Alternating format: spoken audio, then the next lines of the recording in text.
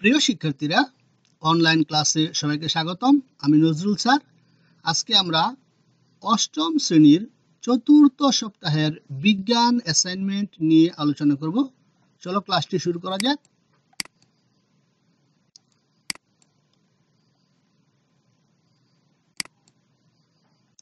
তোমরা স্ক্রিনে তোমাদের অ্যাসাইনমেন্টের নির্ধারিত কাজ অর্থাৎ অ্যাসাইনমেন্টটি দেখতে পাচ্ছ। এই যে এতটুকু তোমাদের প্রশ্ন, এই অংশটুকু তোমরা একটু দেখে নাও।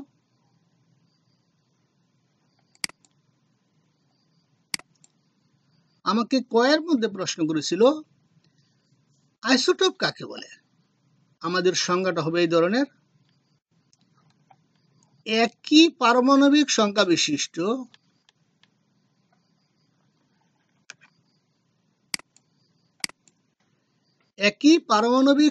বিশিষ্ট কিন্তু ভিন্ন ভিন্ন ভর সংখ্যা বিশিষ্ট একই মৌলের পরমাণুকে পরস্পরের আইসোটোপ বলে। একটা উদাহরণ দিতে হবে, যেমন হাইড্রোজেনের 3টি আইসোটোপ হলো হাইড্রোজেন H11, ডিউটেরিয়াম H12 এবং ট্রিটিয়াম H13, যাদের পারমাণবিক সংখ্যা 1 কিন্তু ভর সংখ্যা যথাক্রমে 1, 2, 3।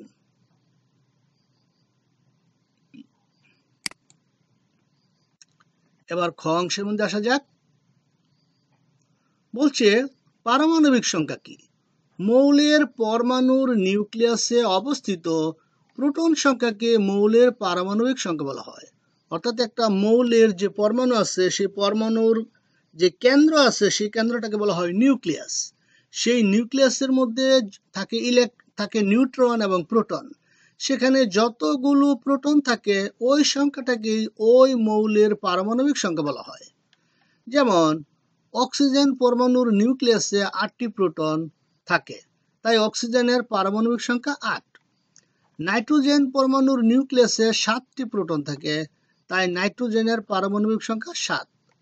পারমাণবিক সংখ্যা মৌলের স্বাতন্ত্র্য বৈশিষ্ট্য। পরমাণুতে পারমাণবিক সংখ্যার ভিন্নতা ভিন্ন ভিন্ন মৌল নির্দেশ করে।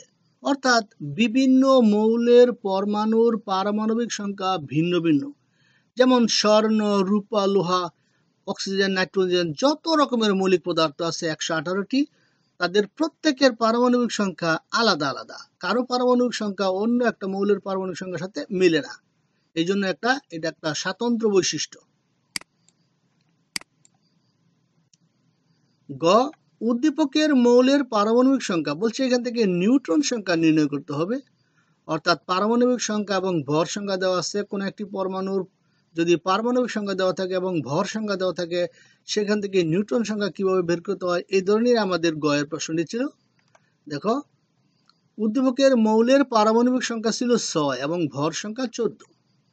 কোন মৌলের পরমাণুতে ইলেকট্রন, প্রোটন ও নিউট্রন নামক মৌলিক কণিকা থাকে, যাদেরকে স্থায়ী কণিকা বলা হয়। মৌলের পরমাণুর নিউক্লিয়াসে যতগুলো প্রোটন থাকে, তাকে তার পারমাণবিক সংখ্যা বলে। এবং পরমাণুর নিউক্লিয়াসে অবস্থিত প্রোটন ও নিউট্রন সংখ্যার সমষ্টিকে বলে মৌলের ভর সংখ্যা। অর্থাৎ পরমাণুর নিউক্লিয়াসে যতটি প্রোটন থাকে, সেটা হচ্ছে তার পারমাণবিক সংখ্যা, এবং যতটি প্রোটন ও যতটি নিউট্রন থাকে, সেই দুটি সংখ্যার, প্রোটন সংখ্যা এবং নিউট্রন সংখ্যার সমষ্টিকে বলা হয় পরমাণুর ভর সংখ্যা বা মৌলের ভর সংখ্যা। এবার দেখো, যেহেতু বলছে মৌলটির পারমাণবিক সংখ্যা 6, সুতরাং জেড মৌলের একটি পরমাণুতে প্রোটন আছে 6টি। আমাকে বলছে জেড মৌলের নিউট্রন সংখ্যা নির্ণয় করো। তাহলে যেহেতু জেড মৌলের পারমাণবিক সংখ্যা 6, তাহলে আমরা বুঝতে পারতেছি যে জেড মৌলের একটি পরমাণুতে প্রোটন আছে 6টি। অর্থাৎ জেড মৌলের পরমাণুর কেন্দ্রে যে নিউক্লিয়াস আছে, সেই নিউক্লিয়াসের ভিতর 6টি প্রোটন আছে। আবার জেড মৌলের ভর সংখ্যা দেওয়া আছে 14। তা আমরা জানি ভর সংখ্যা হচ্ছে প্রোটন সংখ্যা এবং নিউট্রন সংখ্যার সমষ্টি। তাহলে তার মধ্যে নিউট্রন সংখ্যা কত হবে? এই ভর সংখ্যা থেকে আমরা যদি প্রোটন সংখ্যা বিয়োগ দিই, তাহলে নিউট্রন সংখ্যা হয়ে যাবে। জেড মৌলের একটি পরমাণুতে নিউট্রন সংখ্যা হবে 14 বিয়োগ 6 সমান 8টি। তাহলে মনে রাখতে হবে, ভর সংখ্যা থেকে প্রোটন সংখ্যা বা পারমাণবিক সংখ্যা বিয়োগ করলেই নিউট্রন সংখ্যা পাওয়া যায়। এই অংশটুকু একটু উঠিয়ে নাও।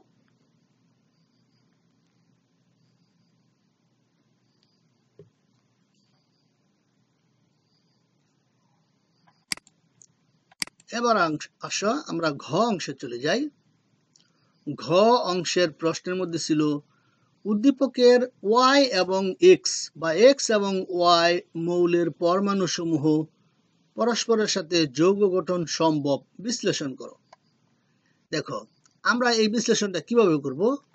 উদ্দীপকের x মৌলের পারমাণবিক সংখ্যা 17 এবং y মৌলের পারমাণবিক সংখ্যা 11।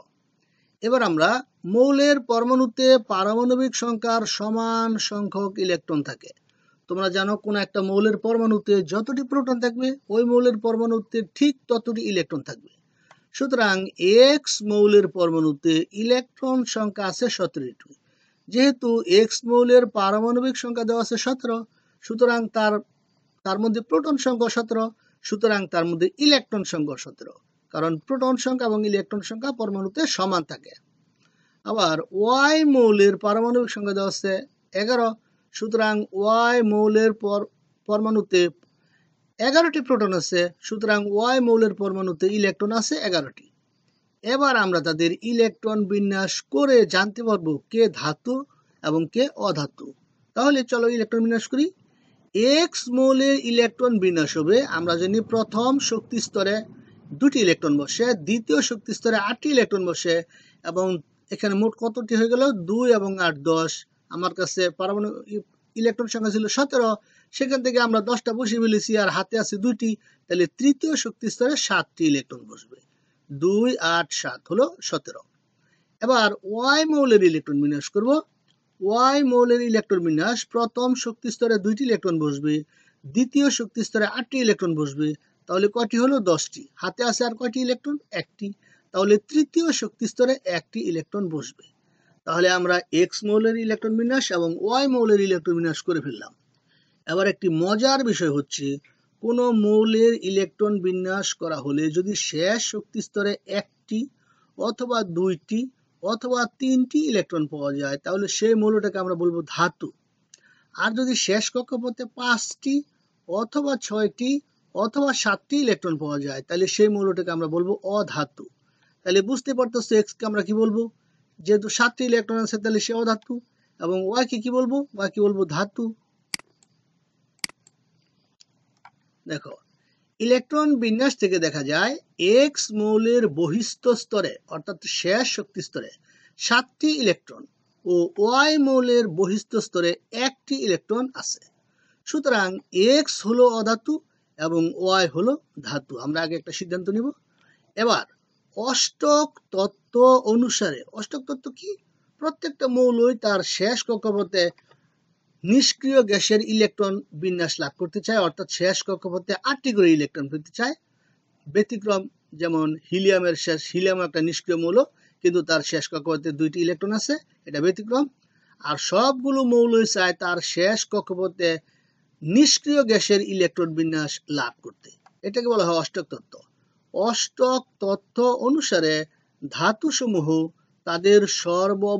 তাদের বহিস্থ স্তর থেকে ইলেকট্রন ত্যাগ করে এবং অধাতুসমূহ তাদের বহিস্থ স্তরে ইলেকট্রন গ্রহণ করে নিষ্ক্রিয় মৌলের ইলেকট্রন বিন্যাস লাভ করতে চায়। যেমন আমাদের অক্সিজেন একটা মৌল, এর একটি পরমাণুর মধ্যে এর পারমাণবিক সংখ্যা 8, এর প্রথম শক্তি স্তরে 2টি ইলেকট্রন বসে এবং দ্বিতীয় শক্তি স্তরে 6টি ইলেকট্রন বসে। এখন সে অষ্টক তত্ত্ব অনুসারে তার শেষ শক্তি স্তরে অর্থাৎ দ্বিতীয় শক্তি স্তরে 8টি ইলেকট্রন লাভ করতে চায়। অনুরূপভাবে ক্লোরিন, তার পারমাণবিক সংখ্যা হচ্ছে 17 এবং তার তৃতীয় শক্তি স্তরে 7টি ইলেকট্রন থাকে। অষ্টক তত্ত্ব অনুসারে সে তার শেষ কক্ষপথে আরো 1টি ইলেকট্রন পেতে চায়। কিন্তু ধাতু সমূহের শেষ কক্ষপথে যেহেতু 1টি অথবা 2টি অথবা 3টি ইলেকট্রন থাকে, এই ইলেকট্রনগুলো তারা সহজেই ত্যাগ করতে পারে। কিন্তু অধাতু মৌলের পরমাণুর শেষ কক্ষপথে 5টি অথবা 6টি অথবা 7টি ইলেকট্রন থাকে। এত বিপুল সংখ্যক ইলেকট্রন ত্যাগ করা তাদের পক্ষে সম্ভব হয় না, ফলে তারা শেষ কক্ষপথে যথাক্রমে 3টি অথবা 2টি অথবা 1টি ইলেকট্রন গ্রহণ করে অষ্টক তত্ত্ব পূরণ করে।